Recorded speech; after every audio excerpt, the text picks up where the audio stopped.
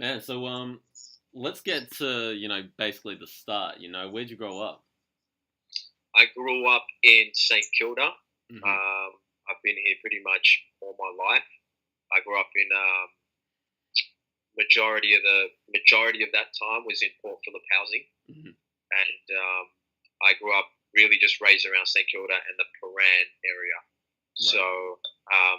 all of my boys were from the Paran Commission flats.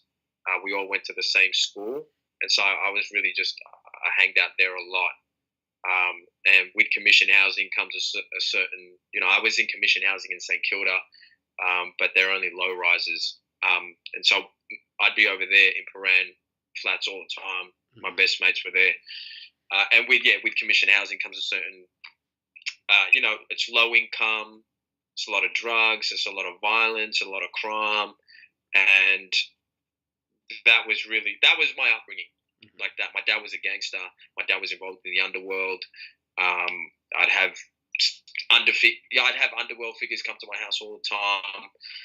I didn't know them at the time, but when I got older, Hmm. I realized, oh, that's Chopper Reed, that's Mad Charlie. Like I would have these people come to my house. So my dad was heavy on drugs. My whole family was involved in Hmm. drugs. I was the only one that did not want to play basketball. A lot of like that was my first dream, and so that kind of kept me on the straight and narrow. And um, yeah, I just kind of grew up in this area, and it was kind of rough. It was pretty rough back then. There was a lot of kids, man. Sometimes we'd be going to house parties, 60, 70 deep, just bum rushing houses and Hmm. just doing all types of wild stuff. But that was the upbringing, man. Violence, drugs, a lot of just crime, man, and that was really it. And that's what comes out of my early music. Like if anyone listens to my early music, it's a Hmm. lot of that. And for me now, obviously, I got older, I've matured. It's about bettering yourself. A lot of my friends are in jail. They're all there on drugs. Right. Uh, there's no one doing what I'm doing from where I come from at all. So my kind of message and what I'm trying to push is that I see these kids, I see these apex gangs, this that, this Hmm. gang, that gang. I know what it's like, man. I used to do that. I used to do that stuff. But what I found out is that when you don't know better, you don't do better, Hmm. and you've got to grow your mind. And you've got. I started reading books. I started to get introduced to a new way of thinking, and that changed my life, man. I'm still in housing today. Like right now, I'm still in St Kilda Commission housing right now. Right. I mean, and there's all types of stuff going around, all the time, man. But it doesn't affect me because my mind is right. My mind is right, Hmm. and my message in my music moving forward is like, look, I came from this. I went through all that, but now I'm moving on and I've overcome it, and I'm going to the top. So it's the whole going back to if you listen to Nas and Jay Z, it's the same thing. Hmm. It's basically, but it's never been done in Australia. Right. No one's ever done it. It's a cliche story from America, but no one's ever done it in Australia ever. There's no one that's come from where we come from and True. made it in anything, acting, whatever it is. This is really hard to find that. So for me, that's my uniqueness. It's like, oh man, okay, so that's the cliche story of starting from the bottom, navigating through all of that, and making it out, man. Right. Where a lot of people, 99% of people don't make it out. They remain where they are. They get hooked on drugs. They go to jail, or they die. I've got friends that I just had a close friend of mine. She just died recently from a suspected overdose. It's just Right. like, and she was a singer. She was very good. She went to go pursue her career, and um, it's an alleged overdose. But I mean, that's not a surprise for me. These things kind of happen. So I feel like I have a bigger chip on my shoulder than most rappers in Melbourne because I got a lot to prove. I have a lot to prove, and I've come from a lot. So um, that's Right. that's yeah that's the upbringing. It's crazy because I'm from West Melbourne, and I guess I hear stories about Paran and St Kilda, but just to hear your story and like hear some of the things that you've actually said, like I would never have thought it would be that bad. And you're still kind of around that situation. You're still saying to me that, some of these things are still happening today. It's kind of crazy for me to, I guess, comprehend. Right, right, and it's like I mean, anything can just pop off in the neighborhood. I mean, whatever. Like it's crazy. But I just my mind is so far removed from my actual environment now Hmm. that I just nothing affects me like locally. You know what I mean? Like it's just like I'm just far beyond it. Like I already know where I'm going. I know what I need to do, and I'm doing it. And Sure. that's what I'm doing. And I'm going to get to where I'm going to get to. And I don't really listen, man. The way I look at it is like I don't really have a choice. It's either I make it or I remain where I am, and that's not an option. Yeah. I- Not happy. yeah. I'm kind of surprised you're at the point of your life now that you know better, and you know the sort of things that can happen around you, but you haven't moved yet. Yeah. So what happened with that is that I moved out. I mean, let's just keep it real. Like there was at one point, my this house at one point when my dad was still alive was Mhm. basically a crack house. Right. Like it was just like people just in my kitchen 3-4 days, not sleeping in the same place, just smoking ice. That's just what it was. Shit. Um, and mum, dad, every cousins, aunties. Right now, I was involved in all that. I used to hustle. That's what I Mhm. used to do. I used to wheel and deal, and that's kind of what that and a lot of other um, I guess events that happened in my life led me to getting out of it. I did it since I was 15, Mhm. right, and until up till about my late 20s, and I never took anything, mind you. I never took anything. I was in it for business. That's what I did. I learned that from Jase. Yeah. That's why I say I relate, right? He was a hustler. He did that, and then he transferred. I Mhm. took that whole blueprint. When I saw what he was doing, I was like, man, that's what I'm going to do. I'm going to use this, and I'm going to make this happen with it. So that's what I was doing for the majority of my my rap career. In the backgrounds, I'm actually in the streets. I'm doing stuff I shouldn't be doing, right? Mhm. But I can't put it out there. I'm not Snapchat. I mean, we didn't even have it then, but Yeah.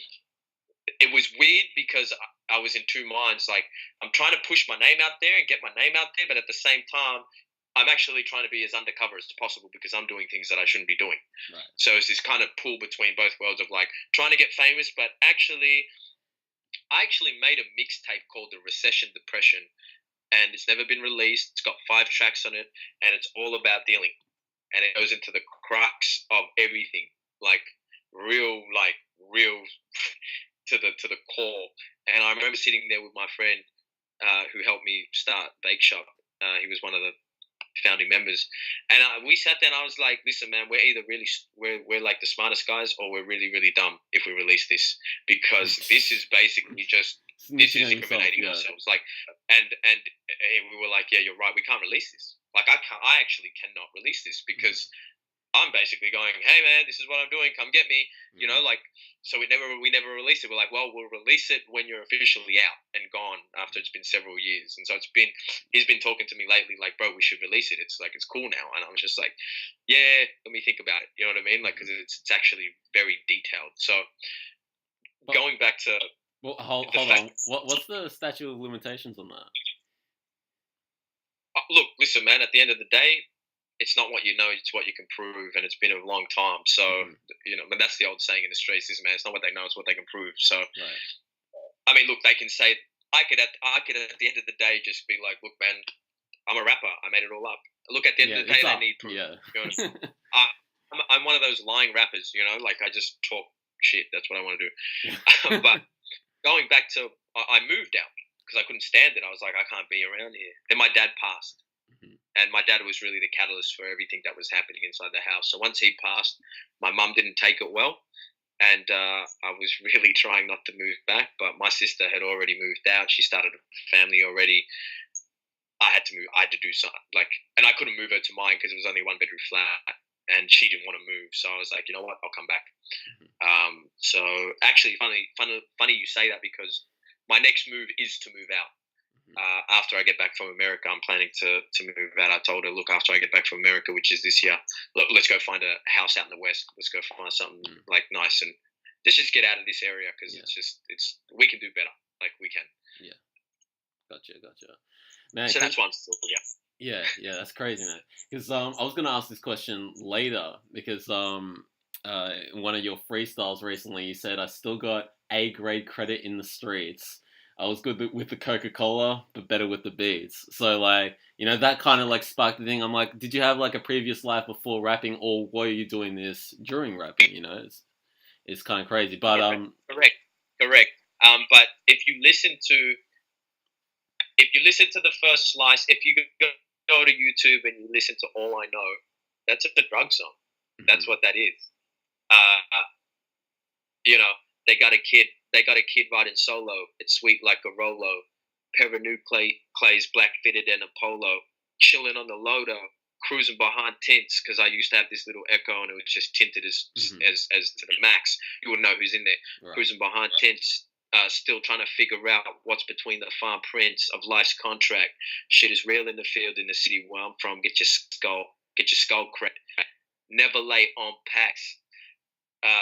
Better stay on track. Never lay on packs or pounds of peas. So pounds or peas of weed at that time of pounds and peas. Better push an amount to keys. Better push an amount to kilos, which is 2.2 pounds. With hard work and patience, it'll be the number one rule must be security. Never work with any motherfucker you don't know. Learn to take a risk, but otherwise you won't grow. Avoid the police at all times. Keep it clean on the phones. Don't chat online. You get busted, then please don't rat on mine. You speak words, you better make sure that all rhymes. You better make sure it all makes sense, man, if you're going to talk, because they're going to find something and be like, but you said this, and da-da-da, and then you're done. That's drug talk for the dudes that ain't catch on. If your shit isn't on lock, better get your latch on. I'm going to keep doing this until the rap pays, and if it doesn't, I'm going to hustle to my last days. Like, that whole thing is about, even the second verse, it's a hustle song. But what I realize is that the market's not big for that in here. Do you understand? Like, there's not a lot of people that are actually in that industry, bro. You don't find a lot of good people, obviously, but you don't find a lot of good people that actually operate with some sort of moral standards and dignity and do things. A lot of people are just backstabbing each other, doing a lot of really shifty stuff. So I was speaking from a place of really entrepreneurship, right? That's Jase, like that's the whole thing. It was like I learned entrepreneurship in business. From that, I learned that you do business and you transact. And if you give me $50 over, I go, you give me $50 over and I give it back. You know what I mean? Or I give you a product and it's not that good and I tell you, hey, man, this product's not that good. Do you still want to get it? Oh, yeah, I guess so. Okay, cool. If you don't like it, bring it back. I kind of dealt in a way that you will not find people like that. It's very hard to find. So my market was just right down. So and if you weren't really in it, and if you didn't really live it, you'd be like, "What's he talking about?" I don't know what he's talking about. It's almost like a code. Yeah, it's coded, and you wouldn't know. You wouldn't know unless you were really in it. That's why when I relate to like a Jay-Z or a young Jeezy, like real hustlers, like Jay-Z was a real hustler. Jeezy was a real hustler. 50 was a real hustler. These guys really were in the streets hustling. I hear it, and I'm like, yeah, I know exactly what he's talking about. You know what I'm saying? But it's more prevalent over there. Yeah. You know what I mean? Like it's like trap music, man. Hey, there's more of it over there. That's why. More of it. You know what I'm saying? And really, like, you won't find a hip hop guy in there, bro. You're gonna find guys wearing gold chains. They're bikies. They're Comancheros. They're this. They're that.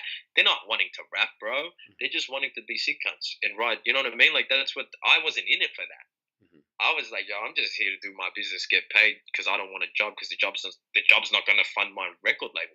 bro. Hmm. Like, I need a lot of money. The billboard on St Kilda Road cost 50 grand. I'm not going to get that from a, I was thinking on that, like, oh, I get an album, I'll put it on the billboard. You know what I mean? Like, because I'm going to do that.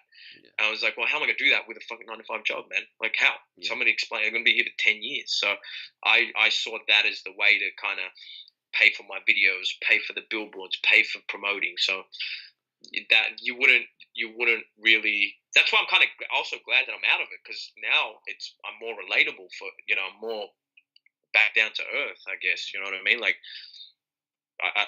that's all I used to talk about, because that's all I knew, and that kind of, Right. I think that was a big reason as to why. Yeah, my music connected with a lot of street people, but it was a very narrow market. Sure.